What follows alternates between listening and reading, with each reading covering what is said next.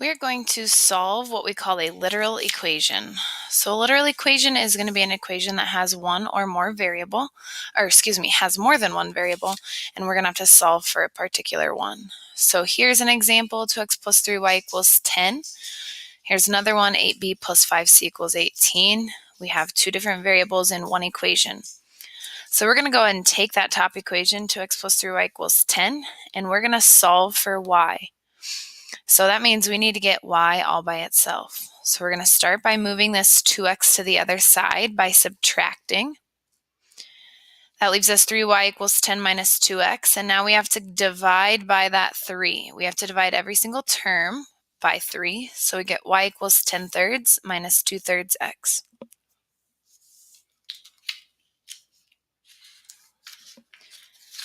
Okay, here's another, looks to be a little more complicated of a literal equation. Before we can solve for p, we need to combine our like terms. So I'm going to subtract this 2a to the other side. That leaves us with 4p minus 5 on the left side and 4a plus p on the right side. Now I need to get my p's together, so I'm going to subtract that p to the left side, giving me 3p minus 5 equals 4a.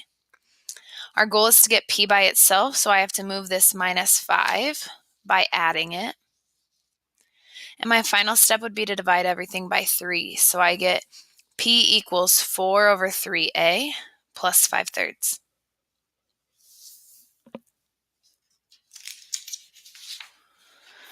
Okay, here is your Celsius to Fahrenheit conversion. And we can go ahead and solve this equation for F, or for Fahrenheit.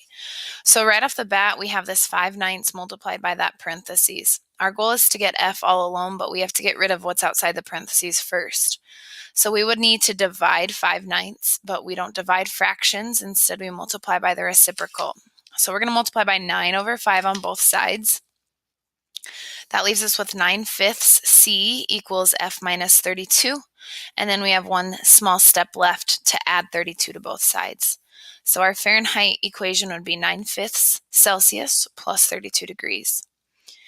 And you could be asked, especially when these equations mean something in real life, you could be asked to find an actual value. So what if we had 20 degrees Celsius? What degree Fahrenheit would that be? Well, what we need to do is plug this 20 in for our Celsius in our equation up here. So we would have 9/5 times 20 plus 32. When you take 9/5 times 20, you get 36. Add your 32. 20 degrees Celsius is the same as 68 degrees Fahrenheit.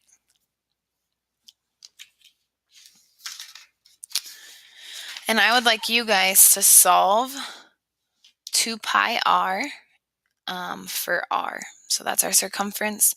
Go ahead and solve for r.